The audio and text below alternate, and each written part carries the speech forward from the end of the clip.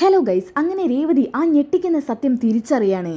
അതെ ഗൈസ്, ശ്രുതിയുടെ അമ്മയാണ് വിമലമ്മ എന്നും വിമലമ്മയുടെ കൂടെയുള്ള കുഞ്ഞ് ശ്രുതിയുടെ ആദ്യ ബന്ധത്തിലുണ്ടായ കുഞ്ഞാണെന്നുള്ള സത്യമാണ് കേട്ടോ രേവതി തിരിച്ചറിയുന്നത്. വിമലമ്മയാണ് ശ്രുതിയുടെ അമ്മ എന്നുള്ള സത്യം അറിഞ്ഞപ്പോൾ തന്നെ രേവതിയുടെ കിളി പോയി. കാരണം ജീവിച്ചിരിക്കുന്ന അമ്മ മരിച്ചെന്നും പറഞ്ഞാണ് ശ്രുതി നടക്കുന്നത്. അതിനു പുറമെ ആ കുട്ടി ശ്രുതിയുടെ ആദ്യ ബന്ധത്തിലുണ്ടായ കുഞ്ഞാണെന്നുള്ള സത്യം കൂടി രേവതി അറിഞ്ഞപ്പോ ഇതൊക്കെ കേട്ടു നിന്ന് രേവതിയുടെ സമനില തന്നെ തെറ്റാണ്. രേവതിക്ക് ഇങ്ങനെ ഒരു സംശയം ഉണ്ടാക്കിയത് രേവതിയുടെ കൂടെ ജോലി ചെയ്യുന്ന പൂ കെട്ടുന്ന ലക്ഷ്മി ചേച്ചിയാണ് കേട്ടോ. ലക്ഷ്മി ചേച്ചിയുടെ ഓരോ സംസാരത്തിലും രേവതിക്ക് നല്ല സംശയം തോന്നാണ്. എന്തായാലും രേവതി സംശയം ഉള്ളിൽ വെച്ചോണ്ട് തന്നെ രണ്ടിലൊന്ന് അറിയാൻ വേണ്ടി വിമലമ്മയെ കാണാൻ വേണ്ടി പോവാണ്. എന്നാൽ അവിടെ വെച്ചാണ് ഒരു വമ്പൻ ട്വിസ്റ്റ് ഉണ്ടാവുന്നത്. രേവതി അവിടെ എത്തുന്നതിന്റെ തൊട്ട് മുൻപ് തന്നെ ഒരു ഓട്ടോയിൽ ശ്രുതി വന്നിറങ്ങാണ്. ഇത് കണ്ട് ശരിക്കും രേവതി ഞെട്ടുന്നുണ്ട് കേട്ടോ. അങ്ങനെ രേവതി സത്യങ്ങളെല്ലാം തന്നെ മനസ്സിലാക്കുകയാണ്. സത്യങ്ങളെല്ലാം അറിഞ്ഞ് സ്തംഭിച്ച് നിൽക്കുന്ന രേവതിയെ പിന്നെ ശ്രുതി കാണുന്നുണ്ട് കേട്ടോ. രേവതിയെ കണ്ട് ശരിക്കും ഷോക്കാവണിട്ടോ ശ്രുതി. അമ്മയോട് വഴക്കിട്ട് ദേഷ്യം പിടിച്ചാണ് ശ്രുതി വീട്ടിൽ നിന്ന് ഇറങ്ങുന്നത്. ആ സമയത്താണ് രേവതിയെ കാണുന്നത് കേട്ടോ.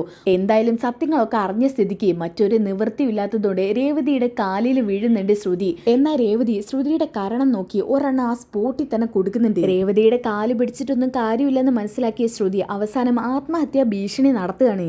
ഓക്കെ, ഇനി എന്തായിരിക്കും ഉണ്ടായിരിക്കുക എന്നുള്ളത് അറിയണ്ടേ? അതിനുവേണ്ടി നിങ്ങൾ ഈ ഒരു എപ്പിസോഡ് മുഴുവനായിട്ട് വാച്ച് ചെയ്തോ. അപ്പോൾ ഈ എപ്പിസോഡിന്റെ ആദ്യം തന്നെ കാണിക്കുന്നത് രേവതിയാണ്. രേവതിക്കാണെങ്കിൽ കല്യാണത്തിന്റെ വലിയൊരു ഓർഡർ കിട്ടിയിരിക്കുകയാണ്. അങ്ങനെ രേവതി വീട്ടിലുള്ള എല്ലാ പണിയും തീർത്ത് ചന്ദ്രോദയത്തിൽ നിന്നും ഇറങ്ങാൻ വേണ്ടി നിൽക്കാണ്. ആ സമയത്ത് ചന്ദ്ര അങ്ങോട്ട് വരുന്നുണ്ട്. ഡി രേവതി, ഒന്ന് നിന്നേ. അല്ല, നീ ഇത്ര നേരത്തെ എങ്ങോട്ടാ?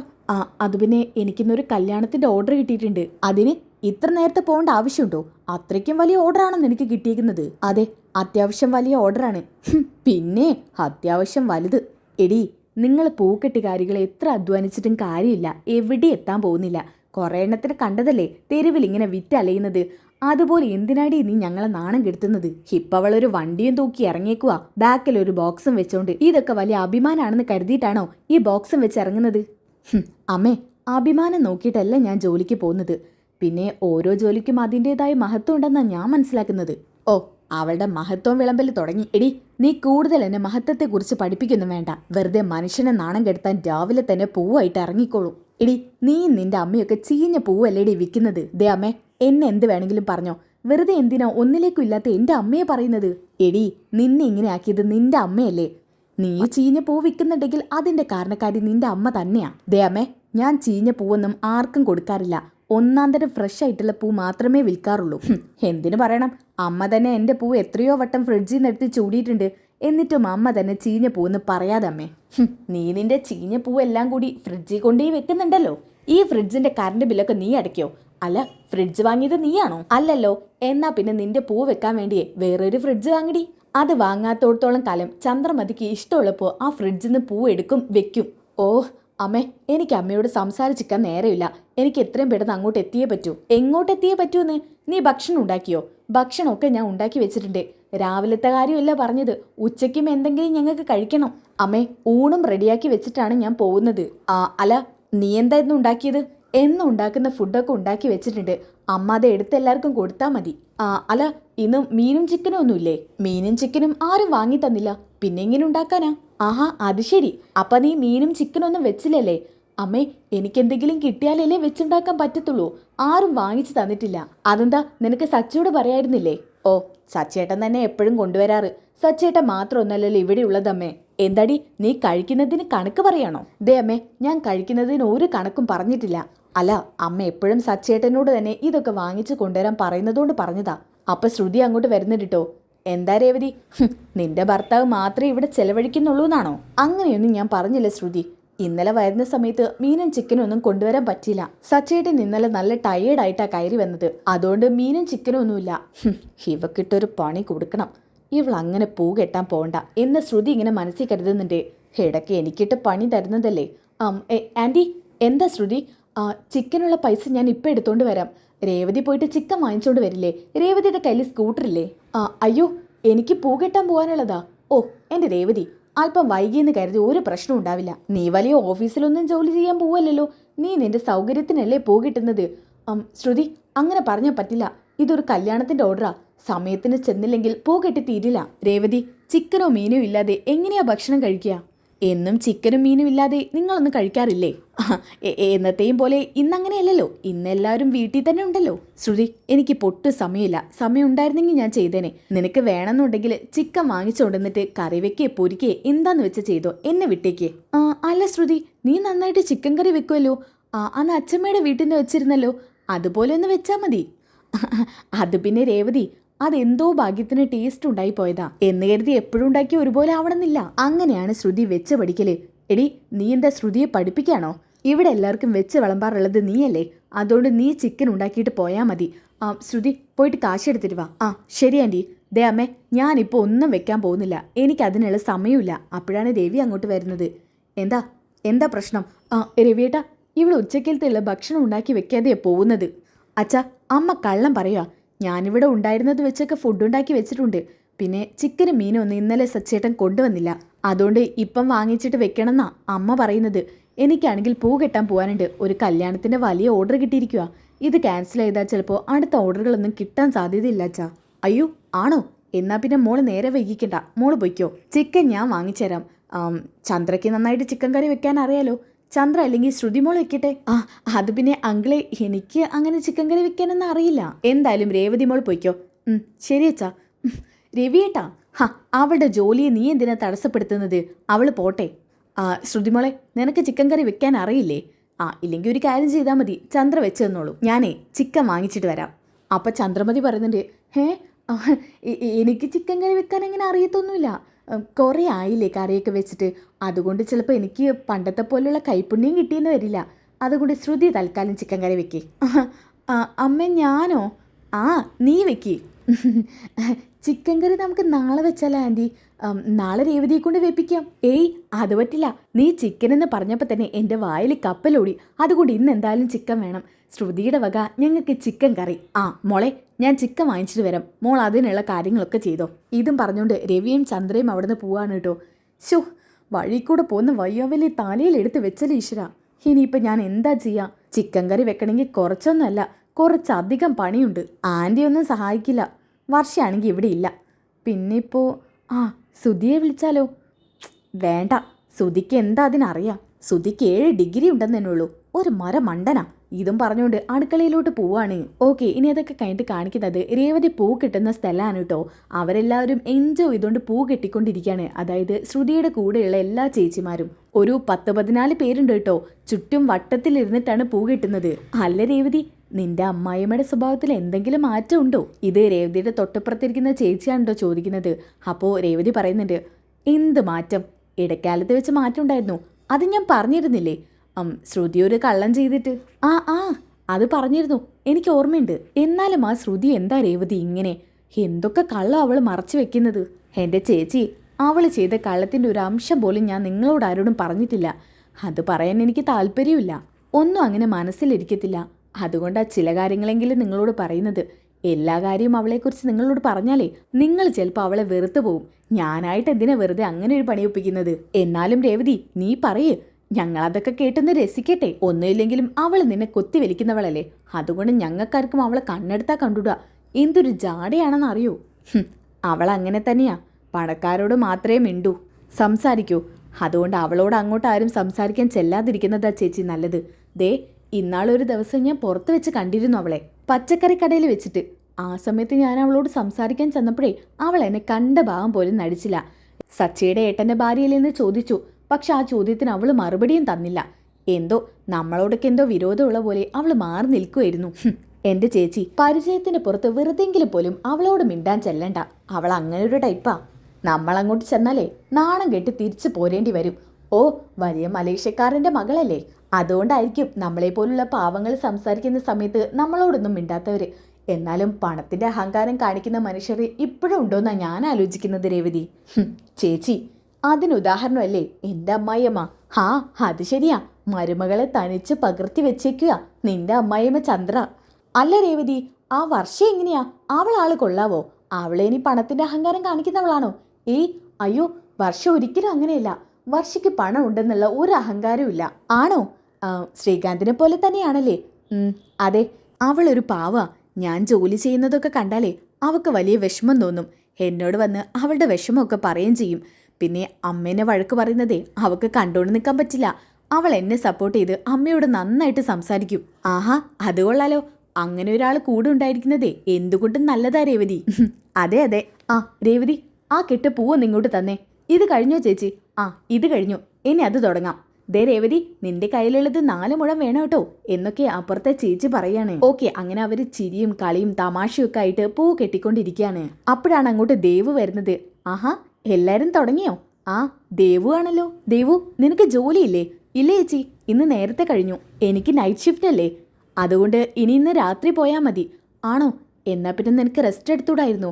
എന്തിനാ ഇങ്ങോട്ട് വന്നത്? ഓ, അവിടെ ഇരുന്നിട്ട് ഉറക്കമൊന്നും വരുന്നില്ല. എന്നാ പിന്നെ നിങ്ങളെ സഹായിക്കാന്ന് കരുതി വന്നതാ. ആ മോളെ, പഠിക്കേണ്ട സമയത്ത് പഠിക്കണം. അതൊന്നും നമ്മുടെ രേവതിക്ക് കിട്ടാഞ്ഞിട്ടാ രേവതി നമ്മുടെ കൂട്ടത്തിൽ ഒരു പൂക്കാരിയായത്. ഇല്ലായിരുന്നുണ്ടെങ്കിൽ രേവതി നല്ല പഠിക്കുന്ന കുട്ടിയായിരുന്നു. ഇന്ന് ഏതെങ്കിലുമൊക്കെ നിലയിലെത്തിയേനെ. നിന്റെ ചേച്ചിയും പഠിക്കാൻ നല്ല മിടുക്കിയായിരുന്നു. ഹാ, ഇനി പറഞ്ഞിട്ടെന്താ കാര്യം? അച്ഛൻ പ്രാരാബ്ദങ്ങളൊക്കെ മൂത്ത മകളിൽ ഏൽപ്പിച്ച് പോയില്ലേ. ഇനിയിപ്പം അവർക്കൊക്കെ താങ്ങും തണലുമായിട്ട് രേവതി മാത്രമല്ലേ ഉള്ളൂ. അതിനിടയ്ക്ക് മോൾക്ക് ജോലി കിട്ടിയതേ ഇവർക്കെല്ലാം വലിയ ആശ്വാസാ. ഇവളെ നമ്മുടെ കുടുംബത്തെ നന്നായിട്ട് നോക്കും ചേച്ചി, അതാണ് വേണ്ടത്. ആ രേവതി, ഇന്നലെ പൂക്കെട്ടാൻ വേണ്ടി ഞങ്ങൾ വേറൊരു വീട്ടിൽ പോയിരുന്നു. ആണോ? ആ, അവിടെ വെച്ച് നമ്മൾ കുറെ ഫോട്ടോസും വീഡിയോസൊക്കെ എടുത്തു. ഒരു കല്യാണ വീടായിരുന്നു. രേവതി തന്ന വർക്കാ, ഓർക്കുന്നില്ലേ? ആ എനിക്കറിയാം ചേച്ചി, ഇന്നലെ ആയിരുന്നു ഡേറ്റ് എന്നും അറിയാം. അമ്മ എന്നെ വിളിച്ചപ്പോൾ പറഞ്ഞിരുന്നു ചേച്ചി അങ്ങോട്ട് പോയെന്ന്. അതാ ഞാൻ ചേച്ചിയെ വിളിക്കാതിരുന്നത്. ആ, ഞങ്ങളുടെ കൂടെ വേറെയും കുറെ പൂകിട്ടുന്നവരുണ്ടായിരുന്നു. ഞങ്ങൾ എല്ലാവരും ഒരുമിച്ച് ഫോട്ടോ എടുത്തിട്ടുണ്ട്. ആ ഫോട്ടോ കാണണ്ടേ? അപ്പൊ ദേവു പറയുന്നുണ്ട്, പിന്നെ കാണണ്ടേന്നോ? എവിടെ നോക്കട്ടെ? ഇതും പറഞ്ഞുകൊണ്ട് ആ ചേച്ചിയുടെ കയ്യിൽ നിന്ന് ഫോണ് വാങ്ങിക്കുന്നുണ്ട് കേട്ടോ. എന്നിട്ട് ഫോട്ടോ നോക്കിയിട്ട് എല്ലാവരും സന്തോഷിക്കുന്നുണ്ട് കേട്ടോ. പെട്ടെന്നാണ് ഒരാളെ രേവതി ശ്രദ്ധിക്കുന്നത്, അതായത് വിമലമ്മയെ. ഇവര് ഫോട്ടോ എടുത്തതിന്റെ ഒരു സൈഡിലായിട്ട് വിമലമ്മ ഇങ്ങനെ നിൽക്കുന്നുണ്ട്. വിമലമ്മ പൂകെട്ടാൻ വന്നതൊന്നുമല്ല കേട്ടോ, ആ വീട്ടിൽ ജോലിക്ക് പോയതാണ്. കല്യാണ വീടല്ലേ, ആ വീട്ടിൽ പാത്രം കഴുകാൻ അങ്ങനെ കണ്ട എല്ലാ ജോലികളും ഉണ്ടാവുമല്ലോ, അതിനു വേണ്ടിയാണ് കേട്ടോ പോയത്. ദേവു, ഇത് വിമലമ്മയല്ലേ? ആ, ഏത് വിമലമ്മ? ദേവു, ഞാൻ പറയാറില്ലേ ഒരു ആദിയെക്കുറിച്ച്? ഞാനും സച്ചേട്ടനും അവനെ ദത്തെടുത്ത് വളർത്താൻ തീരുമാനിച്ചെന്നൊക്കെ പറഞ്ഞില്ലേ? ആ വിമലമ്മയെ ആദ്യം എനിക്ക് മനസ്സിലായി. ആ വിമലമ്മയാണ് ദേ ഇത്. ആ, അത് ശരിയാണല്ലോ. ഇവരുടെ ബന്ധുക്കളുടെയോ മറ്റോ കല്യാണം ആയിരിക്കോ? അറിയില്ല ചേച്ചി, ഇവരറിയോ നിങ്ങൾക്ക്? അപ്പോ ലക്ഷ്മി ചേച്ചി പറയുന്നു കേട്ടോ. ആരെ നോക്കട്ടെ? ദേ ഇവരെ. ആ, ഇത് വിമല ചേച്ചി. ആ വിമലമ്മ. വിമലമ്മയെ അറിയോ നിങ്ങൾക്ക്? അറിയോന്നോ? ഇവരെങ്ങനെ അറിയാതിരിക്കുക? എൻ്റെ ചേച്ചിയുടെ വീടേ ഇവരുടെ വീടിൻ്റെ അടുത്താ, 1-2 വീട് അപ്പുറത്ത്. ഇവര് നല്ല സഹായ. ചേച്ചിയുടെ വീട്ടിൽ എന്തെങ്കിലും ആവശ്യമുണ്ടെങ്കിൽ ജോലിക്ക് ഇവരെ വിളിക്കാറ്. അല്ല ചേച്ചി, വിമലമ്മയെ കുറിച്ച് നിങ്ങൾക്ക് എന്തെങ്കിലും അറിയോ? എന്തറിയാൻ? അത് പിന്നെ വിമലമ്മയുടെ ഫാമിലിയെക്കുറിച്ച് അറിയാം. ആണോ? വിമലമ്മയുടെ ഒരു മോള് ദുബായിലാണെന്ന് പറഞ്ഞു. ഇടയ്ക്ക് ഖത്തറിലേക്കൊക്കെ പോവാറുണ്ട്. അവരുടെ ഒരു മകന് അവരുടെ കൂടെ താമസിക്കുന്നുണ്ട്. ഒരു കൊച്ചു പയ്യൻ അവിടെ ഉണ്ടാവാറുണ്ട്. അല്ല, മോളതിന് ദുബായിലൊന്നും അല്ലല്ലോ. ദുബായിൽ തന്നെയാ? വിദേശത്ത് എവിടെയോ ആണ്. ഞാനും സച്ചേട്ടനും അന്ന് വിമലമ്മയോട് ചോദിച്ചപ്പോൾ വിദേശത്താണെന്നാ പറഞ്ഞത്. ഹേയ്, ഇവരുടെ മകള് വിദേശത്തൊന്നും അല്ല, ടൗണിലേതോ പണക്കാരുടെ വീട്ടിലാ. ആ പണക്കാരുടെ വീട്ടിലെ മകനെ കെട്ടി ജീവിക്കുക, സന്തോഷത്തോടെ ജീവിക്കുകയാണെന്നാ പറഞ്ഞു കേട്ടത്. ആ കൊച്ചിന് ആദ്യം ഒരു കെട്ടിയിടിച്ചതാ. അതിലൊരു കൊച്ചുണ്ട്. ആ കൊച്ചാണ് വിമലമ്മയുടെ കൂടെയുള്ളത്. പ്രാരാബ്ദാവണ്ടെന്ന് കരുതിയിട്ടായിരിക്കും ആ കൊച്ചിനെയും കൂടി കൂടെ കൊണ്ടാവാതിരുന്നത്. ചേച്ചി എന്തൊക്കെയാ പറയുന്നത്? അവര് 2ാം വിവാഹം കഴിച്ചിട്ടുണ്ടോ? അതെ, 2ാം വിവാഹം കഴിച്ചിട്ടുണ്ട്. 2ാം വിവാഹം പിന്നെ എപ്പോഴാണ് നടന്നതെന്നൊന്നും അറിയില്ല. കൊച്ചെന്തായാലും വിമല ചേച്ചിയുടെ കൂടെയാ. അപ്പൊ ദേവ് ചോദിക്കുന്നുണ്ട്, അല്ലേ ചേച്ചി, ഇവരുടെ മകള് വിദേശത്തല്ലെന്ന് ഉറപ്പാണോ? 100% ഉറപ്പാ. ആ കുട്ടി ഇടയ്ക്കൊക്കെ ആ വീട്ടിലോട്ട് വരാറുണ്ട്. എന്നോട് ഇതൊക്കെ ചേച്ചി പറയുന്നതാ. എന്തൊക്കെയോ ഉടായിപ്പുണ്ട് അവരുടെ ലൈഫില്. അതൊക്കെ നമ്മൾ എന്തിനാ തലയിട്ട് ചുഴലാൻ പോകുന്നത്? നമുക്കതിന്റെ വല്ല ആവശ്യമുണ്ടോ? പക്ഷെ ചേച്ചിയെടുക്ക് പറയുന്നേക്കാം, ആ സ്ത്രീയുടെ മകള് പറ്റിച്ച് വേറെ എവിടെയോ പോയി ജീവിക്കുകയാണെന്ന്. എന്തായാലും വിദേശത്തല്ല. ഇടയ്ക്കും തലയ്ക്കൊക്കെ വരാൻ പറ്റണമെന്നുണ്ടെങ്കിൽ വിദേശത്തായിരിക്കില്ലല്ലോ. ഞാനാണെങ്കിൽ ഇന്ന് വരെ ആ കുട്ടിയെ കണ്ടിട്ടില്ല. അതുകൊണ്ട് ഏതാ കുട്ടിയെന്നൊന്നും എനിക്കറിയത്തില്ല. ചേച്ചി, എന്താ ചേച്ചി ആലോചിക്കുന്നത്? അല്ല ദേവു, എന്തിനാ പിന്നെ വിമലമ്മ ഇങ്ങനെ കള്ളം പറയുന്നത്? അവരുടെ മകളുടെ 2ാം വിവാഹമാണെന്നൊന്നും എന്നോട് പറഞ്ഞിട്ടില്ല. അത് മാത്രമല്ല, ജോലിയുടെ ആവശ്യത്തിന് വിദേശത്ത് പോയതുകൊണ്ടാണ് കുഞ്ഞിനെ കൊണ്ടുപോവാതിരുന്നതെന്നാ പറഞ്ഞത്. എന്തായാലും സ്വന്തം കാര്യം മാത്രം നോക്കി ജീവിക്കുന്ന ഒരു സ്വാർത്ഥയായ അമ്മയാണ് ആ ആദിയുടെ അമ്മ എന്ന് എനിക്ക് മനസ്സിലായിട്ടുണ്ടായിരുന്നു നേരത്തെ തന്നെ. ചേച്ചിയും സച്ചേട്ടനും അവർക്ക് വേണ്ടി എന്തൊക്കെ സഹായം ചെയ്തു കൊടുത്തിട്ടുണ്ട്. എന്നിട്ടും അവരെന്തിനാ ചേച്ചിയുടെ അടുത്ത് നിന്നും ഇങ്ങനെ കള്ളം പറഞ്ഞ് മറച്ചു വെക്കുന്നത്? അതെന്തായാലും അറിയണം ചേച്ചി. ചേച്ചി എന്തായാലും അവരോട് പോയി ചോദിക്കണം. അതിൻ്റെയൊക്കെ ആവശ്യമുണ്ടോ ദേവു? ചോദിക്കണം ചേച്ചി. അവരെന്തിനാ ചേച്ചിയോട് കള്ളം പറയുന്നത്? ചേച്ചിയും സച്ചേട്ടനും എത്രയൊക്കെ സഹായം അവർക്ക് ചെയ്തു കൊടുത്തിട്ടുണ്ട്. അത് ശരിയാ. അത്രയ്ക്കും വലിയ പരിചയം വെച്ചിട്ട് അവരൊരിക്കലും നമ്മളോട് കള്ളം പറയാൻ പാടില്ല. അതുകൊണ്ട് ചേച്ചി എന്തായാലും അവരോട് ചോദിക്കണം. ഇതൊന്ന് കഴിയട്ടെ, ഞാൻ തന്നെ ചെന്ന് ചോദിച്ചോളാം. ഓക്കെ. അങ്ങനെ പൂ കെട്ടിക്കൊണ്ടിരിക്കാൻ കേട്ടോ. പൂക്കെട്ടലൊക്കെ കഴിഞ്ഞതിന് ശേഷം രേവതി പറയുന്നുണ്ട്, ചേച്ചി എനിക്ക് അർജൻറ്റായിട്ടൊരു സ്ഥലം വരെ പോവാനുണ്ട്. അതുകൊണ്ട് ദേവു നിങ്ങളെ സഹായിക്കും ഇവിടെ ഒന്ന് ഡെക്കറേറ്റ് ചെയ്യാൻ. ദേവോ നീയോ ആരെങ്കിലും ഒരാളുണ്ടായാൽ മതി. അങ്ങനെ ആരെങ്കിലും ഒരാളുണ്ടെങ്കിൽ പിന്നെ ഞങ്ങൾക്ക് അങ്ങനെ പേടിയൊന്നുമില്ല. എന്നാ ശരി ചേച്ചി. ദേവു എല്ലാം നല്ലപോലെ നോക്കിയും കണ്ട് ചെയ്തോളണേ. അതൊക്കെ ഞാൻ ചെയ്തോളാം ചേച്ചി. എന്നാ ശരി. ഇതും പറഞ്ഞുകൊണ്ട് രേവതി പുറത്തോട്ട് ഇറങ്ങാണ്. സച്ചേട്ടനൊന്ന് വിളിച്ചാലോ? സച്ചേട്ടൻ ഫ്രീ ആണെങ്കിൽ ഒരുമിച്ച് തന്നെ പോവാം. സച്ചേട്ടനൊന്ന് വിളിക്കാം. ഇതും പറഞ്ഞുകൊണ്ട് സച്ചിക്ക് ഫോൺ ചെയ്യുന്നുണ്ട് കേട്ടോ. പെട്ടെന്ന് സച്ചി ഫോൺ അടിക്കുന്നുണ്ട്. ഹലോ സച്ചേട്ടാ. രേവതി. എന്താ രേവതി? സച്ചേട്ടാ നമുക്ക് വിമലമ്മയുടെ വീട് വരെ ഒന്ന് പോയാലോ? എന്താ എന്താ രേവതി? നമുക്ക് വിമലമ്മയുടെ വീട് വരെ ഒന്ന് പോയാലോന്ന്. അവരെക്കുറിച്ച് സംശയിക്കാൻ പറ്റിയ ചില കാര്യങ്ങൾ അറിഞ്ഞു സച്ചേട്ടാ. എന്താ രേവതി? എനിക്കൊന്നും മനസ്സിലാവുന്നില്ല. ദേ ഞാൻ ഡ്രൈവ് ചെയ്തോണ്ടിരിക്കുക. ഇവിടെ റേഞ്ചില്ലെന്നാ തോന്നുന്നത്. ഞാൻ കുറച്ച് കഴിഞ്ഞിട്ട് വിളിക്കാം. ശരി സച്ചേട്ടാ. ഇതും പറഞ്ഞ് രേവതി ഫോൺ വെക്കുന്നുണ്ട്. ഇനി സച്ചേട്ടനെ നോക്കി നിന്നിട്ട് കാര്യമില്ല. എന്തായാലും എനിക്ക് വിമലമ്മയോട് ചോദിക്കാനുള്ളത് മുഖത്ത് നോക്കി ചോദിക്കണം. അവരങ്ങനെ എന്നെയും സച്ചേട്ടനും പറ്റിക്കണം എന്നുണ്ടെങ്കിൽ അവരെന്തൊക്കെയോ രഹസ്യങ്ങൾ മറച്ചു വെക്കുന്നുണ്ടെന്ന് വേണമെങ്കിൽ പറയാം. സച്ചേട്ടൻ വിളിക്കുമ്പോൾ വിളിക്കട്ടെ. ട്രിപ്പ് പോവായിരിക്കും. അതുകൊണ്ട് ഞാൻ തന്നെ ചെല്ലാം. ഇതും പറഞ്ഞുകൊണ്ട് രേവതിയാണെന്നുണ്ടെങ്കിൽ സ്കൂട്ടർ എടുക്കുന്നുണ്ട് കേട്ടോ. എന്നിട്ട് നേരെ വിമലമ്മയുടെ വീട്ടിലോട്ട് വിടുകയാണ്. ഓക്കെ. അതൊക്കെ കഴിഞ്ഞിട്ട് കാണിക്കുന്നത് വിമലമ്മയുടെ വീടാണ് കേട്ടോ. ആദി, എടാ ആദിക്കുട്ടാ മോനെ. എന്താ അമ്മുമ്മേ? വന്നേ. നിനക്ക് എത്ര നേരമായി ഭക്ഷണം എടുത്ത് വെച്ചിട്ട്? ഞാൻ വരത്തില്ല. ഞാൻ പറഞ്ഞതല്ലേ എനിക്ക് അമ്മയെ കാണണമെന്ന്. അമ്മയെ കാണണമെന്ന് പറയുമ്പോഴത്തേക്കും അമ്മയ്ക്ക് ഇങ്ങോട്ട് ഓടി വരാൻ പറ്റുമോ? അമ്മയ്ക്ക് സമയം കൊടുക്ക്. കുറച്ച് കഴിഞ്ഞ് അമ്മ ഇങ്ങോട്ട് എത്തിക്കോളും. നീ ഇത് കഴിക്കാൻ നോക്കിയേ. എനിക്ക് വേണ്ട അമ്മൂമ്മേ. ദേ ആദി, എൻ്റെ കയ്യിൽ നിന്ന് ചുട്ടടി കിട്ടണ്ടെന്നുണ്ടെങ്കിലേ ഇത് മുഴുവൻ കഴിക്കാൻ നോക്ക്. എന്തെങ്കിലും കഴിച്ചിട്ടുണ്ടോ രാവിലെ മുതൽ? ഇങ്ങനെ നടക്കുമല്ലേ നീ? എനിക്ക് വേണ്ട. ആദി, നീ ഇങ്ങനെ വാശി കാണിക്കുകയാണെന്നുണ്ടെങ്കിലേ നിന്റെ അമ്മയെ വിളിച്ചിട്ട് ഞാൻ ഇനി ഇങ്ങോട്ട് വരണ്ടെന്ന് പറയും. അയ്യോ അങ്ങനെ പറയണ്ട. എന്നാ പിന്നെ കഴിക്കാൻ നോക്ക്. ഞാൻ കഴിച്ചോളാം. ഇതും പറഞ്ഞുകൊണ്ട് ഭക്ഷണം എടുത്ത് വെച്ച് കഴിക്കുന്നുണ്ട് കേട്ടോ. അങ്ങനെ വിമലമ്മ പെട്ടെന്ന് തന്നെ ഫോണ് പോയി എടുക്കുന്നുണ്ട് കേട്ടോ. എന്നിട്ട് നേരെ ശ്രുതിക്കാണ് വിളിക്കുന്നത്. ശ്രുതിയാണെങ്കിൽ ഒരു ഓട്ടോയിൽ വന്നുകൊണ്ടിരിക്കുന്നത് കാണിക്കുന്നുണ്ട്. ശ്രുതിയുടെ ഫോൺ പെട്ടെന്ന് റിങ് ചെയ്യുന്നത് കണ്ടപ്പോൾ ശ്രുതി ആരാണെന്ന് നോക്കുന്നുണ്ട് കേട്ടോ. അമ്മയാണല്ലോ. അമ്മ എന്തിനാ വിളിക്കുന്നത്? ഞാൻ അങ്ങോട്ട് വരുമല്ലേ? ഇതും പറഞ്ഞുകൊണ്ട് ഫോൺ എടുക്കുന്നുണ്ട് കേട്ടോ.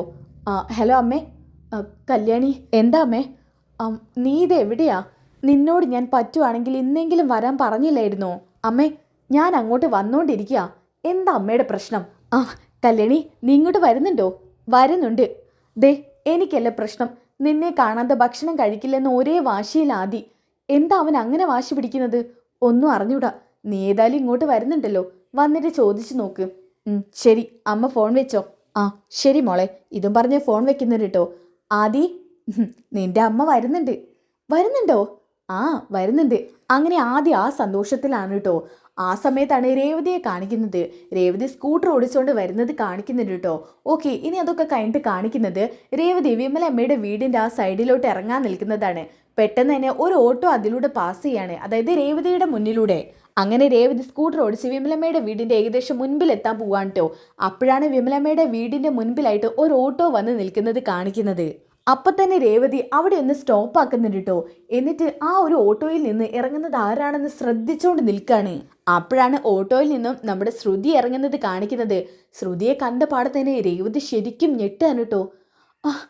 അയ്യോ ഇത് ശ്രുതിയല്ലേ? ഇവളെന്താ ഇവിടെ? ഒന്നും മനസ്സിലാവുന്നില്ലല്ലോ. ആ സമയത്താണെങ്കിൽ ശ്രുതി നേരെ സ്വന്തം വീട്ടിലോട്ട് കയറി ചെല്ലാൻ കേട്ടോ.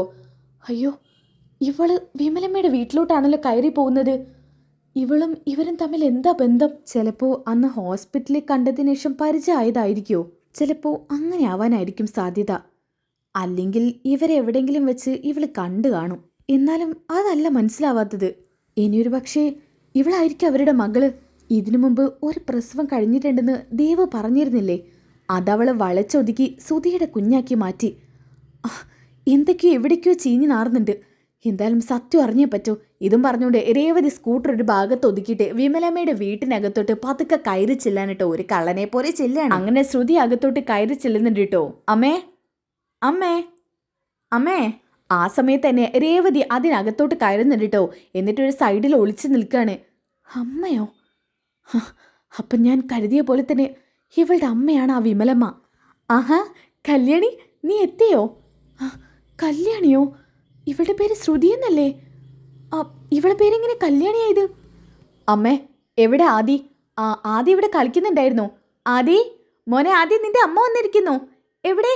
അമ്മ വന്നോ? ദേ നിന്റെ അമ്മ വന്നിരിക്കുന്നു. അമ്മേ ഇതും പറഞ്ഞുകൊണ്ട് ഓടി വന്നിട്ട് കെട്ടിപ്പിടിക്കാനിട്ടോ ശ്രുതിയെ. അയ്യോ, എന്തൊക്കെ ഈശ്വരൻ ഞാൻ കേൾക്കുന്നത്. അമ്മയോ? അപ്പോൾ ഈ കുഞ്ഞിൻ്റെ അമ്മ ശ്രുതിയാണോ? വെറുതെ അല്ല, അവളുടെ അമ്മയും കുഞ്ഞും കൂടി നമ്മുടെ വീട്ടിലോട്ട് വന്ന സമയത്ത് അവളൊന്ന് എതിർത്ത് പറയാതിരുന്നത്. ഹോസ്പിറ്റലിൽ വെച്ചന്ന് അവൾ ഓടി വന്ന് അവരെ കണ്ടതും കെട്ടിപ്പിടിച്ചതും ഒരമ്മയെ പോലെ ആ കുട്ടിയെ ചേർത്ത് പിടിച്ചതൊക്കെ ഇപ്പോഴല്ല അതിൻ്റെ സത്യാവസ്ഥ മനസ്സിലാവുന്നത്. ഒരിക്കൽ പോലും ഇവളെക്കുറിച്ച് അങ്ങനെയൊന്നും ഞാൻ ചിന്തിച്ചില്ലല്ലോ. എന്നാലും ഇവള് സച്ചേട്ടൻ്റെ ഏട്ടനോട് എന്തൊരു വലിയ തെറ്റാ ചെയ്തിരിക്കുന്നത്. പൊറുക്കാൻ പറ്റിയ തെറ്റ് വല്ലതുമാണോ? ഇത്രയും വലിയൊരു കുട്ടിയുടെ അമ്മയാണ് അവള്. എന്നിട്ടും അവൾ അത് ആരോടും തുറന്നു പറയുന്നില്ല. അപ്പോൾ അന്ന് ദേവുവിന് പറ്റിയത് അബദ്ധമല്ലായിരുന്നു, ഇതായിരുന്നു സത്യം.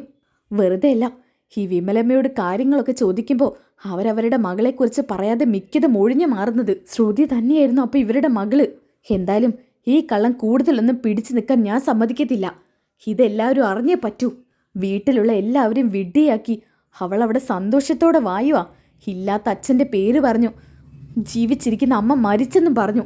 ഇവളെയൊക്കെ ശരിക്കും കത്തുന്ന തീയിലോട്ട് എറിയണം. അതാ വേണ്ടത്, വഞ്ചകി. ബാക്കിയൊക്കെ രേവതി അങ്ങനെ കേട്ടോണ്ട് നിൽക്കാൻ കേട്ടോ. മോനെ, അമ്മ പറഞ്ഞതല്ലേ, അമ്മ വരാതിരുന്ന മോൻ വാശിയൊന്നും പിടിക്കരുതെന്ന്. കുറേ നാളായില്ലേ ആദ്യം അമ്മയെ കണ്ടിട്ട്, അതുകൊണ്ടല്ലേ അമ്മയെ വിളിച്ചത്, വരാൻ പറഞ്ഞത്. എനിക്ക് മോൻ്റെ വിഷമമൊക്കെ മനസ്സിലാവും, അതുകൊണ്ടാണ് അമ്മ ഓടിയെത്തിയത്. ദേ അമ്മയ്ക്ക് ഒരുപാട് ജോലി തിരക്കുകളുള്ളതാ, അതുകൊണ്ട് പെട്ടെന്നൊന്നും വിളിച്ചാൽ അമ്മയ്ക്ക് ഓടി വരാൻ പറ്റില്ല. ആദ്യക്കുട്ടനെ പൊന്നുപോലെ നോക്കണ്ടേ, അതുകൊണ്ട് അമ്മയ്ക്ക് ജോലിയൊക്കെ ചെയ്തേ പറ്റൂ. അമ്മയ്ക്ക് ഞങ്ങളുടെ കൂടെ നിന്ന് ജോലി ചെയ്തൂടെ? ഞാനും അമ്മൂമ്മയൊക്കെ ഉണ്ടല്ലോ. അത് പിന്നെ എനിക്ക് അവിടെ നിന്ന് തന്നെ ജോലി ചെയ്യണം, എന്നാലേ നമുക്ക് കാശ് കിട്ടത്തുള്ളൂ. ഇവിടെ നിന്ന് ഇങ്ങോട്ട് വരാൻ എത്ര ദൂരാന്നറിയോ മോൻക്ക്? ഞാൻ ജോലി ചെയ്യുന്ന സ്ഥലത്ത് നിന്ന് ഇങ്ങോട്ട് വരാൻ ഒരുപാട് ദൂരമുണ്ട്. അതുകൊണ്ട് അമ്മയ്ക്കിപ്പോൾ അവിടെ നിന്നേ പറ്റൂ. അമ്മ എന്തായാലും മോനെ വിളിച്ചോണ്ട് പോകാൻ വരികേട്ടോ. ദേ ഇത് മോന് അമ്മ കുറച്ച് ചോക്ലേറ്റ്സ് കൊണ്ടുവന്നിട്ടുണ്ട്. ഇത് മോന് കൊണ്ടുവന്നിട്ടുള്ള കുറച്ച് ബോൾസും കളിപ്പാട്ടങ്ങളാ, ഇതൊക്കെ നോക്കി എന്നിട്ട് അവിടെ പോയി കളിച്ചോട്ടോ. ഇതും പറഞ്ഞിട്ട് ആദ്യം അവിടെ നിന്ന് പറഞ്ഞു വരാൻ കേട്ടോ. പെട്ടെന്ന് തന്നെ രേവതി ഒരു സൈഡിലോട്ട് മാറി നിൽക്കുന്നുണ്ട്. മോളെ കല്യാണി, നിനക്ക് ഇപ്പോഴെങ്കിലും വരാൻ തോന്നിയല്ലോ. ദേ മോളെ, എനിക്ക് 1-2 ദിവസമായിട്ട് വല്ലാത്തൊരു ക്ഷീണവും തളർച്ചയാ. ഇവൻ്റെ കാര്യം ആലോചിച്ചിട്ട് എനിക്ക് പേടി. എനിക്കാരും ഇല്ലാത്തതല്ല, ഇവനൊരു താങ്ങും തണലും ആയിട്ട് ആരും ഇല്ലാത്തത് എൻ്റെ പേടി മോളെ. അമ്മയോട് ഞാൻ പറഞ്ഞതല്ലേ, അമ്മ ഇങ്ങനെ വെറുതെ ഓരോന്നാലോചിച്ച് ടെൻഷൻ കയറ്റണ്ടെന്ന്. ഇവൻ്റെ കാര്യം ഞാൻ നോക്കിക്കോളും. അമ്മ ചുമ്മാ അതിനെക്കുറിച്ച് ആലോചിച്ച് വെറുതെ ഓരോന്ന് ഓവർ തിങ്ക് ചെയ്യണ്ട. എന്താ കല്യാണി നീ പറയുന്നത്? സത്യങ്ങളൊക്കെ വീട്ടിൽ നിന്റെ ഭർത്താവിനോടും അമ്മായിമ്മയോടും പറയണമെന്ന് ഞാൻ പറഞ്ഞതല്ലേ? നിന്റെ കൂടെ സച്ചിയും രേവതിയും ഒക്കെ ഉണ്ടാവുമെന്ന് പറഞ്ഞതല്ലേ? നീ ആരോടും സത്യം പറയാൻ കൂട്ടേക്കുന്നില്ല. പിന്നെ എങ്ങനെയാ നീ നിന്റെ മകനെ അങ്ങോട്ട് കൊണ്ടുപോകുന്നത്? ദേമേ, എന്നെ താത്തിക്കെട്ടി സച്ചിയും രേവതിയെക്കുറിച്ച് പൊക്കി പറയുന്നതേ എനിക്കിഷ്ടമല്ല. അതുകൊണ്ട് അവരെക്കുറിച്ച് അമ്മയൊന്നും പറയണ്ട. നീ എന്തെങ്കിലും ചെയ്യ്, അല്ലെങ്കിൽ നിന്നോട് ഞാൻ ആദ്യം മുതൽ പറയുന്നത് നീ കേൾക്കാറില്ലല്ലോ. കുഞ്ഞുനാൾ തൊട്ടേ നീ ചെയ്യുന്നതും നീ പ്രവർത്തിക്കുന്നതാണ് നിനക്ക് ശരി. ഒരിക്കലും അമ്മ പറഞ്ഞു തന്ന കാര്യങ്ങളൊന്നും നീ കേൾക്കാറില്ല. ഞാൻ എന്തിനാ കേൾക്കുന്നത്? നിങ്ങൾ എന്നെ ഒരുത്തിനെ പിടിച്ച് കെട്ടിച്ചു കൊടുത്തില്ലേ? അവസാനം എൻ്റെ ജീവിതം കുട്ടിച്ചോറായി. ഇപ്പം എനിക്ക് രക്ഷപ്പെടാൻ വേണ്ടി ഒരു ജീവിതം കണ്ടുപിടിച്ചപ്പോൾ അതും കൂടി ഇല്ലാതാക്കാനും നശിപ്പിക്കാനും നോക്കുമോ നിങ്ങളൊരു അമ്മയാണോ? എന്തൊക്കെയാ കല്യാണി നീ പറയുന്നത്? ഈ അടുത്ത് ഞാൻ ജോൾസിനെ കണ്ടതാ. നിന്റെ കാര്യങ്ങളൊക്കെ പറഞ്ഞു ഞാൻ അദ്ദേഹത്തോട്. അന്നേരം അദ്ദേഹം പറയുക, നിനക്കിനി പ്രശ്നങ്ങൾ മാത്രമായിരിക്കും ഉണ്ടായിരിക്കാന്ന്. എനിക്ക് നിന്റെ കാര്യം ആലോചിക്കുമ്പോൾ പേടിയാ മോളെ. ഒന്നിനെ പുറകെയായിട്ട് നിനക്കിപ്പോൾ ഓരോ പ്രശ്നങ്ങളുണ്ടല്ലോ. നിന്നെ പ്രശ്നങ്ങൾ വേട്ടയാടിക്കൊണ്ടിരിക്കുക. അതുകൊണ്ട് അമ്മ പറഞ്ഞ പൂജകളൊക്കെ പോയി ഒന്ന് ചെയ്യും മോളെ. അമ്മ വെറുതെ അന്ധവിശ്വാസമായിട്ട് നടക്കണ്ട. ഇത്തരം കാര്യങ്ങളൊന്നും എനിക്കിഷ്ടമല്ല. ആദ്യത്തെ വിവാഹത്തിന് നിങ്ങൾ കുറേ ചെയ്തിരുന്നല്ലോ, എന്നിട്ട് എന്താ കാര്യം ഉണ്ടായത്? എന്നോട് അതേക്കുറിച്ചൊന്നും പറയാൻ നിൽക്കണ്ട. വെറുതെ ഇവിടെ വന്ന് കയറിയോ അമ്മ എൻ്റെ സമാധാനം അങ്ങ് കളയും. അമ്മയ്ക്ക് നോക്കാൻ പറ്റുന്നിടത്തോളം നോക്ക്. അത് കഴിഞ്ഞാൽ ഞാൻ എന്തെങ്കിലും ചെയ്തോളാം. നീ എന്ത് ചെയ്യും? അനാഥാലത്ത് ഇടോടി. നിന്റെ അമ്മ മരിച്ചു, അച്ഛൻ മലേഷ്യയിൽ കോടീശ്വരൻ, ഇതൊക്കെ പറഞ്ഞിട്ടല്ലേ നീ അവിടെ പിടിച്ചു നിൽക്കുന്നത്? ഇത്രയും വലിയ കല്ല് വെച്ച നുണ പറഞ്ഞ നിന്നെ എങ്ങനെയാ? നിർത്താമേ, മതി. അങ്ങനെ പിടിച്ചു നിൽക്കാൻ കല്ല് വെച്ച നുണ പറഞ്ഞിട്ടുണ്ടെങ്കിലും എനിക്ക് നല്ലൊരു ലൈഫ് ഉണ്ടാവുമെന്ന് ഞാൻ കരുതുന്നുണ്ട്. കല്യാണി, അതൊക്കെ നിന്റെ ഇഷ്ടം. ഞാൻ പറയേണ്ടത് പറഞ്ഞു. സത്യങ്ങൾ സച്ചിയോടും രേവതിയോടും തുറന്നു പറഞ്ഞാൽ അവർ നിന്റെ കൂടെ നിൽക്കാതിരിക്കില്ല. അമ്മേ, ഒന്ന് നിർത്തുന്നുണ്ടോ? ആ വീട്ടിൽ ഏറ്റവും വിശ്വസിക്കാൻ പറ്റാത്ത കൂട്ടങ്ങൾ ആ രേവതിയും സച്ചിയും. കള്ളക്കൂട്ടങ്ങൾ. എന്നാ ഇതൊക്കെ കേട്ടിട്ട് ദേഷ്യം വരുന്നുണ്ട് കേട്ടോ രേവതിക്ക്. എപ്പോൾ വന്നാലും അവരെ പൊക്കി എന്നെ താഴ്ത്തിയുള്ള സംസാരം അമ്മയ്ക്ക്. അമ്മ ഇത് നിർത്തിയില്ലെങ്കിൽ ഇനി ഞാൻ മേലിൽ ഇങ്ങോട്ട് വരത്തില്ല. ഹാദി, അമ്മയ്ക്ക് പോകാൻ സമയമായി. അമ്മയ്ക്ക് ഇവിടെ നിൽക്കാൻ നേരമില്ല. അമ്മ ഇറങ്ങട്ടെ. അമ്മ ഭക്ഷണം കഴിച്ചിട്ടല്ലേ പോകുന്നത്? ഭക്ഷണം കഴിക്കാൻ സമയമില്ല. മോളെ കല്യാണി, നിനക്ക് ഇഷ്ടപ്പെട്ട ആഹാരമൊക്കെ അമ്മ ഉണ്ടാക്കി വെച്ചിട്ടുണ്ട്. ഉണ്ടെങ്കിലേ അമ്മ എടുത്തങ്ങ് കഴിച്ചോ. ഷോ, ഇവളെന്തൊരു സ്വാർത്ഥയായ അമ്മയാണ് എന്ന് രേവതി മനസ്സിൽ ഇങ്ങനെ കരുതുന്നുണ്ട് കേട്ടോ. അമ്മേ, എനിക്ക് അമ്മയോട് ദേഷ്യമാണ്. അവരിങ്ങനെ സപ്പോർട്ട് ചെയ്ത് എന്നെ താഴ്ത്തി സംസാരിക്കുന്നത് എന്ന് നിർത്തുന്നു അന്ന് എനിക്ക് അമ്മയുടെ സ്നേഹം ഉണ്ടാവത്തുള്ളൂ. ആദി, ഭക്ഷണമൊക്കെ കഴിക്കുക. അമ്മ കൊണ്ടുവന്ന ചോക്ലേറ്റ്സൊക്കെ കഴിക്കണം. ഈ കളിപ്പാട്ടങ്ങളൊക്കെ വെച്ച് കളിക്കണം. അമ്മ എന്നാ പോട്ടെ. കല്യാണി, ഭക്ഷണം കഴിച്ചിട്ട് പോവാം. എനിക്ക് വേണ്ടെന്നല്ലേ പറഞ്ഞത്? അല്ലേനും എനിക്ക് പോയിട്ട് കുറച്ച് തിരക്കുണ്ട്. അമ്മ ആദ്യം ഭക്ഷണം കഴിക്കുക. ഞാൻ ഇറങ്ങട്ടെ. ശരി. ഇതും പറഞ്ഞ് കല്യാണിയാണെന്നുണ്ടെങ്കിൽ അവിടെ നിന്ന് ഇറങ്ങാൻ കേട്ടോ. ഡൈനിങ് ഹാളിൽ നിന്ന് ബാൽക്കണിയിലോട്ട് വരുന്ന സമയത്താണ് കേട്ടോ അവിടെ ഒരു സാരി അനക്കം പോലെ കാണുന്നത്. അങ്ങനെ ശ്രുതിയാണെന്നുണ്ടെങ്കിൽ ആ സാരിയിലോട്ട് നോക്കുന്ന സമയത്ത് അവിടെ രേവതി നിൽക്കുന്നത് കാണിക്കാൻ കേട്ടോ. രേവതി നല്ല ദേഷ്യത്തിലാണ് നിൽക്കുന്നത്. അയ്യോ, രേവതി എന്താ ഇവിടെ? എല്ലാം അറിഞ്ഞാണോ? രേവതി ആണെങ്കിൽ ശ്രുതിയുടെ നേരെ നടക്കുന്നുണ്ട് കേട്ടോ. രേവതി വിമലമ്മയെ കാണാൻ വന്നതായിരിക്കും അല്ലേ? ആണെങ്കിൽ അല്ല, അന്ന് രേവതി ഇവരുമായിട്ട് നല്ല അടുപ്പത്തിലായല്ലോ. അന്ന് എനിക്കും ഇവരുമായിട്ട് നല്ല ബന്ധമുണ്ടായിരുന്നു. ഈ വഴി പോയപ്പോൾ ഞാനൊന്ന് കയറിയതാ. ആണോ? അതെ രേവതി. രേവതി എപ്പോഴാണ് വന്നത്? ഞാൻ കുറച്ച് നേരമായി വന്നിട്ട്. അപ്പോൾ കല്യാണി വെറുതെ കയറിയതാണല്ലേ? കല്യാണി എന്നുള്ള വിളി കേട്ടപ്പോൾ തന്നെ ആകെ പേടിച്ചോണ്ടാണ് കേട്ടോ ശ്രുതി രേവതിയുടെ മുഖത്തോട്ട് നോക്കുന്നത്. കല്യാണിയോ? ഞാൻ ശ്രുതിയാ രേവതി. നിനക്കെന്താ സമനില തെറ്റിയോ? എൻ്റെ സമനില തെറ്റി. സത്യങ്ങളൊക്കെ ഞാൻ അറിഞ്ഞു. നീ ഇവിടെ പറഞ്ഞതും നിന്റെ കുഞ്ഞ് നിന്നെ അമ്മയെന്ന് വിളിച്ച് കെട്ടിപ്പിടിച്ചതും ഇവര് നിന്റെ അമ്മയാണെന്ന് പറയുന്നത് മുഴുവൻ ഞാൻ കേട്ടു. ആ സമയത്ത് അമ്മ പറയുന്നുണ്ട് കേട്ടോ, അതായത് വിമലമ്മ. മോളെ രേവതി, നിങ്ങളൊന്നും പറയണ്ട. നിങ്ങളെ സ്വന്തം അമ്മയെപ്പോലെ കണ്ടുകൊണ്ടല്ലേ ഞാനും സച്ചേട്ടനും നിങ്ങളെ സഹായിച്ചത്. എന്നിട്ടും നിങ്ങൾ അല്ലേ, നിങ്ങളെ കുറ്റം പറഞ്ഞിട്ട് കാര്യമില്ല. നിങ്ങളുടെ മകൾ ഇതുപോലെ ഒരുത്തിയാവുമ്പോൾ എന്തായാലും നിങ്ങൾക്ക് ഇതുപോലെ കള്ളങ്ങൾ പറയേണ്ടി വരും, വിശ്വാസവഞ്ചന കാണിക്കേണ്ടി വരും. അതിന് വിമലമ്മയെ തെറ്റ് പറഞ്ഞിട്ട് കാര്യമില്ല. എല്ലാത്തിനും തെറ്റുകാരി ഇവളാ. നീ എന്തൊക്കെയാ രേവതി പറയുന്നത്? ദേ, ഇല്ലാത്ത ഓരോ കെട്ടുകഥകൾ ഉണ്ടാക്കിയാലുണ്ടല്ലോ. നിനക്കറിയാവുന്ന പോലെ എനിക്ക് ഇവരെ അറിയത്തുള്ളൂ. നിർത്തരി. നീ ഇനി എത്രത്തോളം കള്ളം പറഞ്ഞു പോകും കല്യാണി? എൻ്റെ പേര് കല്യാണിയല്ല. കല്യാണി. നിന്റെ പേര് ശരിക്കും കല്യാണിയാ. നീ വല്ല മോഡേൺ പേരിട്ട് അങ്ങോട്ട് വന്നെന്ന് കരുതി കല്യാണി അവതരിക്കില്ലല്ലോ. ദേ രേവതി, വെറുതെ എന്നെ ദേഷ്യം പിടിപ്പിക്കണ്ട. ചുമ്മാ ആവശ്യമില്ലാത്ത ഒരിന്ന് പറയുന്നു. ഈ കെട്ടുകഥ നിനക്കെന്താ അവിടെ പോയിട്ട് പറയണോ? ഇത് കേട്ടപ്പോൾ തന്നെ രേവതിക്ക് ദേഷ്യം വരുന്നുണ്ട് കേട്ടോ. രേവതിയുടെ കൈ ഉപയോഗിച്ച് ആഞ്ഞടിക്കാനിട്ടോ ശ്രുതിയുടെ മുഖത്ത്. എടി രേവതി, നീ എന്നെ തല്ലിയല്ലേ? നിന്നെ തല്ലല്ല, കൊല്ലാണടി വേണ്ടത്. അയ്യോ രേവതി, കല്യാണി ഒന്നും ചെയ്യരുത്. ഞാൻ എല്ലാവരും വിമലമ്മയുടെ മകൾ ഒന്നും ചെയ്യാൻ പോകുന്നില്ല. സത്യങ്ങളെല്ലാവരും അറിയട്ടെ. സച്ചേട്ടനെ വിളിച്ച് ഞാൻ സത്യം പറയാൻ പോവാ. അയ്യോ രേവതി, നീ എന്താ ചെയ്യാൻ പോകുന്നത്? സച്ചയെ വിളിച്ച് കാര്യം പറയാൻ പോവാണോ? അതെ രേവതി, എന്നോട് ക്ഷമിക്കണം. എനിക്കൊരു തെറ്റ് പറ്റി. ജീവിക്കാൻ വേണ്ടിയാണ് ഞാൻ ഇങ്ങനെയൊക്കെ ചെയ്തത്. ജീവിക്കാൻ വേണ്ടി ഇത്രയും തരം താഴ്ന്ന നാണം കെട്ട കളികളാണോ കളിക്കേണ്ടത്? നിനക്ക് ഇതുപോലെ ഒരു കുഞ്ഞുള്ളതും ഇങ്ങനൊരു അമ്മ ജീവിച്ചിരിപ്പുള്ള കാര്യം നിന്റെ ഭർത്താവിനോട് എന്തെങ്കിലും നിനക്ക് തുറന്ന് പറയായിരുന്നില്ലേ? അമ്മ അറിയുന്നത് പോട്ടേന്ന് കരുതാം. പക്ഷെ നീ നിന്റെ ഭർത്താവിനെയും കൂടി വഞ്ചിച്ച ഓരോ ദിവസം മുന്നോട്ട് നിൽക്കുന്നത്. നിനക്കറിയോ നീ എത്ര വലിയ കള്ളമാണ് പറഞ്ഞിരിക്കുന്നതെന്ന്? ഈ കള്ളത്തിന് ഒരിക്കലും അമ്മ നിനക്ക് മാപ്പ് തരാൻ പോകുന്നില്ല. എന്നാലും നീ ഇങ്ങനെ ഒരുത്തിയായി പോയല്ലോ രേവതി. ഞാൻ നിന്റെ കാല് പിടിക്കാം. നീ സത്യങ്ങളൊന്നും അവിടെ പോയി പറയരുത്. എനിക്ക് പറയാതിരിക്കാൻ പറ്റില്ല.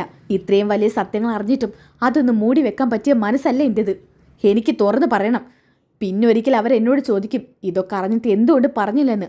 അപ്പോൾ എനിക്ക് ഉത്തരം മുട്ടും. അങ്ങനെ ഉണ്ടാവാതിരിക്കാൻ ഇപ്പം പറഞ്ഞേ പറ്റൂ. ഞാൻ സച്ചേട്ടനെ വിളിക്കാൻ പോവാ. ഇന്നിതിലൊരു തീരുമാനമാക്കണം. രേവതി പ്ലീസ്, സച്ചയെ വിളിക്കല്ലേ. ഇതും പറഞ്ഞുകൊണ്ട് ആ ഫോണ് തട്ടിപ്പറിച്ച് വാങ്ങുന്നു കേട്ടോ. ശ്രുതി, മര്യാദയ്ക്ക് ആ ഫോൺ തന്നോ? ഇല്ല. നീ ഇത് സച്ചയോട് പറഞ്ഞാൽ എൻ്റെ ജീവിതം ഇല്ലാതാവും രേവതി. നിനക്ക് എൻ്റെ ജീവിതം ഇല്ലാതാവുന്നത് കാണണോ? ഇങ്ങനെ ജീവിക്കുന്നേക്കാളും ഭേദം അത് തന്നെയാണടി. അത് പറഞ്ഞപ്പോഴാണ് കേട്ടോ വിമലമ്മ പറയുന്നത്, മോളെ ഞാൻ നിന്റെ കാല് പിടിക്കും. ഇതും പറഞ്ഞുകൊണ്ട് രേവതിയുടെ കാൽക്കൽ വീഴാൻ കേട്ടോ. അയ്യോ അമ്മേ, മോളെ ഈ മഹാപാപിക്ക് വേണ്ടി ഞാൻ നിന്നോട് മാപ്പ് ചോദിക്കാം മോളെ. ഇവൾ ഒരുപാട് തെറ്റുകൾ ചെയ്തിട്ടുണ്ട്. ഞാൻ പറഞ്ഞിട്ടും അതൊന്നും കേൾക്കാതെയും വക വെക്കാതെയും ഇവൾ ഒരുപാട് തെറ്റുകൾ ചെയ്തിട്ടുണ്ട്. അതിന് ഞാൻ മോളോട് മാപ്പ് ചോദിക്കാം. ഇതൊന്നും ഞാൻ അറിഞ്ഞുകൊണ്ടല്ലേ ഇവൾ ചെയ്യുന്നത്. അതെനിക്ക് മനസ്സിലായി. ഇവള് വിമലമ്മ പറയുന്നത് കേട്ടൊന്നല്ല ജീവിക്കുന്നതെന്ന്. അപ്പോഴാണ് ആദ്യം അങ്ങോട്ട് വരുന്നത്. രേവതി ആൻറ്റി. കുഞ്ഞിൻ്റെ മുഖം കണ്ടിട്ട് ആകെ സഹതാപം തോന്നാനിട്ട് രേവതിക്ക്. അങ്ങനെ രേവതി പറയുന്നുണ്ട്, ഈ കുഞ്ഞിനെ വെച്ചോണ്ടല്ലടി നീ കള്ളം പറഞ്ഞത്. അന്നെൻ്റെ ദേവുവിൻ്റെ ജോലി നീ തെറിപ്പിക്കാൻ നോക്കിയത്. ഈ കുഞ്ഞിനെ ഞങ്ങൾ ദത്തെടുക്കുമ്പോൾ നിനക്ക് എന്തൊക്കെ പ്രശ്നമായിരുന്നു. അപ്പം നിൻ്റെ സ്വന്തം കുഞ്ഞായതുകൊണ്ടാണ് നിനക്ക് ആ പ്രശ്നമൊക്കെ ഉണ്ടായിരുന്നതല്ലേ. രേവതി, ഞാൻ നിന്നോട് പറഞ്ഞല്ലോ, ഞാൻ തെറ്റ് ചെയ്തിട്ടുണ്ട്. അത് ഞാൻ നിഷേധിക്കുന്നില്ല. നീ എന്നോട് എങ്ങനെയെങ്കിലും ഒന്ന് ക്ഷമിക്കാൻ പറ്റിയ തെറ്റൊന്നല്ല നീ ചെയ്തത്. അതുകൊണ്ട് എല്ലാവരും സത്യം അറിഞ്ഞേ പറ്റൂ. ആ സമയത്ത് ശ്രുതി പറയുന്നുണ്ട് കേട്ടോ, രേവതി നീ എങ്ങാനും സത്യങ്ങൾ എല്ലാവരോടും പറഞ്ഞ ആ നിമിഷം ഞാനിവിടെ എൻ്റെ ജീവിതം അവസാനിപ്പിക്കും. വല്ല കായലിലോ കടലിലോ എന്നെ നിനക്ക് കാണാം, ചത്ത് ശവം പൊങ്ങിക്കിടക്കുന്നത്. നിനക്കത് കാണാൻ ഒത്തിരി ആഗ്രഹമുണ്ടെങ്കിൽ വീട്ടിലോട്ട് വിളിച്ച് പറ എല്ലാവരോടും. ഈ സത്യങ്ങൾ എല്ലാവരും അറിയുന്നേക്കാളും ഭേദം ഞാൻ മരിക്കുന്നതാ രേവതി. ശ്രുതി. അതെ രേവതി, എനിക്കിനി ഒന്നും നോക്കാനില്ല. നീ പറയുന്നതൊക്കെ പറഞ്ഞു. ആരോടെന്ന് വെച്ചാ എനിക്ക് എൻ്റെ ജീവിതം മടുത്തു. ഇതും പറഞ്ഞവരാണ് കേട്ടോ ശ്രുതി ഡ്രാമ കളിക്കുന്നത്. ഇടയ്ക്ക് കണ്ണുകൊണ്ടൊക്കെ ഇങ്ങനെ രേവതിയെ നോക്കുന്നുണ്ട്. രേവതിയാണെങ്കിൽ ആരുടെയും മുന്നിലും മനസ്സ് തുറക്കുന്ന രേവതിയാണല്ലോ. പെട്ടെന്ന് തന്നെ രേവതിയുടെ മനസ്സ് അലിയുന്നുണ്ട്. സത്യമൊക്കെ ഞാൻ എല്ലാവരോടും പറഞ്ഞു കഴിഞ്ഞാൽ ഇവള് ആത്മഹത്യ ചെയ്യും. ഇനി ഞാൻ എന്താ ചെയ്യുക? ഇത്രയും വലിയൊരു സത്യം മൂടി വെക്കാനും പറ്റത്തില്ലല്ലോ. സച്ചേട്ടനോട് പോലും പറഞ്ഞ സച്ചേട്ടൻ വെറുതെ ഇരിക്കില്ല. രേവതി, ഈ സത്യം ഒരിക്കലും സച്ചി അറിയരുത്. അങ്ങനെ ഒരുവിധം രേവതിയെ കയ്യിലെടുക്കാനായിട്ടോ ശ്രുതി. ഓക്കെ, അപ്പോൾ ഈ ഒരു വമ്പൻ ട്വിസ്റ്റ് ഇവിടെ കൊണ്ട് അവസാനിക്കുകയാണ്. അപ്പോൾ ഈ ഒരു എപ്പിസോഡിൻ്റെ ബാക്കി എപ്പിസോഡ് കിട്ടണ്ടേ? അതിനുവേണ്ടി നിങ്ങൾ നെക്സ്റ്റ് എപ്പിസോഡിൽ നിന്ന് കമൻറ്റ് ചെയ്യുക. നെക്സ്റ്റ് എപ്പിസോഡിൽ നിന്ന് കമൻറ്റ് ചെയ്ത അടുത്ത എപ്പിസോഡ് ഉടനടി അപ്ലോഡ് ചെയ്യുന്നതായിരിക്കും. അപ്പോൾ എല്ലാവർക്കും അടുത്ത വീഡിയോയിൽ കാണുന്നവരേക്കും ബൈ ഗൈസ്.